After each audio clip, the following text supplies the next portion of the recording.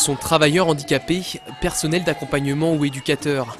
Tous travaillent au sein de l'association pour adultes et jeunes handicapés du Val d'Oise et craignent aujourd'hui pour leur emploi. Un plan social prévoit en effet le licenciement de 50 salariés. On fait des économies sur le handicap. La prise en charge ne peut pas être la même pour une personne handicapée. Moi-même handicapée, je sais de quoi je parle, puisque je suis confrontée à des difficultés. Moi j'ai l'occasion, je suis autonome, mais il y en a d'autres qui ne peuvent pas l'être et ils ont besoin de cette aide. Donc si on nous réduit les postes, au jour d'aujourd'hui, ça ne va être que du gardiennage, c'est tout. Une situation dont les racines remontent à l'année 2008. La page 95 enregistre alors un déficit de trésorerie flirtant avec les 3 millions d'euros.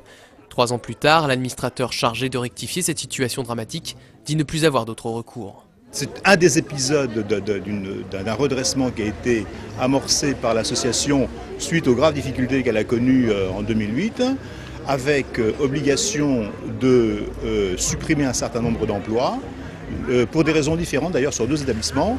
L'un parce que le Conseil général a revu en quelque sorte, réévalué ses besoins et considère que nous avons besoin d'un type de structure. Dans le Val d'Oise, 2 structures sont concernées par ces licenciements. L'entreprise adaptée de Beaumont-sur-Oise qui fournissait la restauration 23 établissements de la page 95 et le service d'aide à domicile de Taverny qui doit disparaître. Et aujourd'hui, on nous dit qu'il y a beaucoup d'associations sur le département et qui coûtent beaucoup moins cher que nous. On espère avoir des remplacements au sein de l'association, mais je ne pense pas qu'il va y avoir de la place pour tout le monde. On est près d'une trentaine et à mon avis, il n'y aura pas de la place pour tout le monde. Aujourd'hui, la page 95 emploie 900 salariés, dont 450 travailleurs handicapés.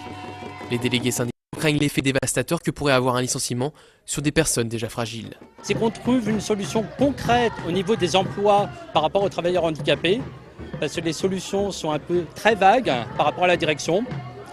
Et ce qu'on souhaite vraiment, c'est justement qu'on puisse entamer le dialogue au niveau du Conseil général par rapport au déficit qu'il y a eu. Une revendication qui a été entendue. Les représentants du collectif seront reçus vendredi par Thierry Sibieude, le vice-président du Conseil général en charge du handicap.